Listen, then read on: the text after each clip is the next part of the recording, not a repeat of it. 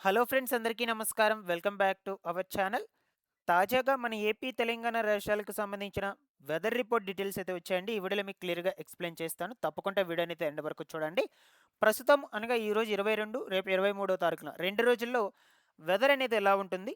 ఎక్కడైనా వర్షాలు పడేందుకు అవకాశాలు ఉన్నాయా లేదా? అండ్ అలాగే ఎక్కడెక్కడ ఏ ప్రాంతాల్లో మంచు తీవ్రత ఎక్కువగా ఉండబోతుంది అనే వివరాల గురించి చెప్తానండి. మీరు తప్పకుండా వీడియోని అయితే ఎండ్ వరకు చూసి నేను చెప్పేటువంటి విధానం గనుక మీకు నచ్చినట్లయితే లైక్ చేసి అందరికీ కూడా షేర్ చేయకుండా అయితే వెళ్ళొద్దు. ఫస్ట్ టైం గనుక ఎవరైనా ఛానల్‌ని చూడడానికి వచ్చినటువంటి వాళ్ళు ఉన్నట్లయితే ఛానల్‌ని సబ్స్క్రైబ్ చేసుకునేసి పక్కనే ఉన్నటువంటి బెల్ ఐకాన్ క్లిక్ చేసి ఆన్‌లో అయితే పెట్టుకోండి గైస్. ఒకసారి టెలిగ్రామ్ ఛానల్ కూడా విజిట్ చేయండి. అందులో కూడా జాయిన్ అయితే అవ్వండి. మీకు యూజ్ అయ్యే ఇన్ఫర్మేషన్‌ని ఎప్పటికప్పుడు అప్డేట్ అయితే చేస్తూ ఉంటాను. ఓకేనా? ఇక లేట్ చేయకుండా టాపిక్‌లో గనుక వచ్చేసినట్లయితే తాజాగా మన ఆంధ్రప్రదేశ్, తెలంగాణ రాష్ట్రాలకు సంబంధించిన వెదర్ రిపోర్ట్స్ అయితే వచ్చేసాయండి. ఈ వీడియోలో క్లియర్‌గా డిస్కస్ చేసేసుకుందాం. సో, ఇక ప్రస్తుతానికి ఈరోజు, రేపు ఎక్కడ మన ఆంధ్రప్రదేశ్, తెలంగాణ రాష్ట్రాల్లో వర్షాలు పడేందుకు అవకాశాలైతే లేదండి. ఓకేనా? బట్ క్లైమేట్ వచ్చేసి అక్కడక్కడ మబ్బులతో కప్పబడి చల్లదనం ఉన్నప్పటికీ కూడా వర్షాలకు అవకాశం అయితే ఉండదు. మార్నింగ్ అండ్ అలాగే సాయంత్రం, ఈవినింగ్ 2 పూట్ల కూడా చలి తీవ్రత అనేది ఎక్కువగా ఉంటుంది.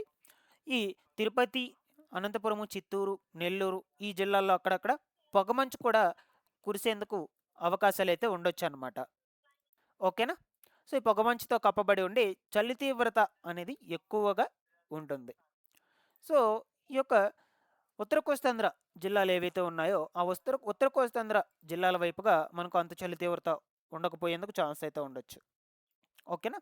సో, మాక్సిమం మనకు ఈ 2 రోజులు వెదర్ అనేది ఇలాగే కొనసాగుతుంది. ఈరోజు 22 తారీఖున, అలాగే రేపు 23 తారీఖున 2 రోజుల పాటు. ఎక్కడ కూడా వర్షాలు పడవండి. ఇది కూడా గుర్తుపెట్టుకోండి. చలి తీవ్రత ఎక్కువగా ఉండొచ్చు. అండ్ అలాగే తెలంగాణ రాష్ట్రంలో కూడా మనకు మాక్సిమం ఇదే విధంగా వెదర్ అయితే కొనసాగుతుంటుంది. కొన్ని కొన్ని ప్రాంతాల్లో నైట్ అప్పుడు తక్కువ, అత్యంత తక్కువ ఉష్ణోగ్రతలు నమోదయ్యేందుకు ఛాన్స్ అయితే కూడా ఉండొచ్చనమాట.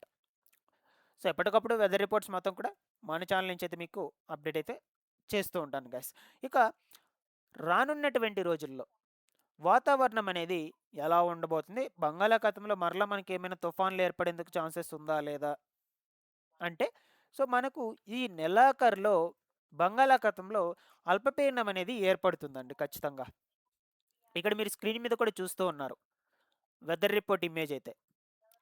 ఓకేనా? ఈ నెల 30, 31 తారీఖులో ఇక్కడైతే ఏర్పడుతుంది తుఫాన్ అనేది, అల్పపీడనం. సో, ఇది మనకు ముఖ్యంగా ఏ దిశగా కదులుతుంది? ఎలా వెళ్తే ఎక్కడెక్కడ వర్షాలు ఎటువంటివి ఎక్కువగా పడతాయి? అనే వివరాల గురించి చెప్తాను. ఓకేనా? సో, మనకు వాతావరణంలో మార్పులనేటువంటివి ఎప్పటికప్పుడైనా చేంజ్ అవుతూ ఉండొచ్చు. వాతావరణ పరిస్థితులనేది. మనం చెప్పలేం కదా! ఓకేనా? సో, ఇది ఈ దిశగైనా రావచ్చు. దక్షిణ కోస్తాంధ్ర జిల్లాల దిశగా. లేదు, ఉత్తర కోస్తాంధ్ర జిల్లాల దిశగైనా కదులుతూ వెళ్ళొచ్చనమాట చెప్పలేం. లేదు, అసలే ఈ దిశగైనా వెళ్ళిపోవచ్చనమాట. ఓకేనా? సో, మాక్సిమం మనకు ఈ అల్పపీడనం అనేది ఇటు సైడ్‌గా తమిళనాడు, చెన్నైకి దగ్గరగా వచ్చింది అంటే ఖచ్చితంగా చిత్తూరు, అనంతపురము, తిరుపతి, నెల్లూరు, కడప ఈ జిల్లాలకు వర్షాలనేటువంటివి ఉంటాయి కొంచెం ఎక్కువగానే. లేదు అనుకుంటే ఇది ఈ దిశగా వెళ్తే, ఉత్తర కోస్తాంధ్ర జిల్లాల దిశగా వెళ్తే విశాఖపట్నము, విజయనగరము, రాజమహేంద్రవరము, కాకినాడ, అనకాపల్లి ఈ ప్రాంతాలకి ఎక్కువ ఎఫెక్ట్ అయితే ఉంటుందన్నమాట. లేదు అనుకుంటే ఇది ఇలా వెళ్ళిపోయి తీరం అయితే దాటేసిందంటే మనకి ఎఫెక్టే ఉండదండి. ఇలా వెళ్ళినా, ఇలా వెళ్ళినా గుర్తుపెట్టుకోండి. ఓకేనా? సో, ఈ దిశగా వస్తేనే మనకు దీని ఎఫెక్ట్ అయితే ఉంది. ఇదొచ్చేసి మనకు ఈ నెల 30 లేదా 31 తారీఖుల్లో బంగాళాఖాతంలో అయితే ఏర్పడుతుందన్నమాట.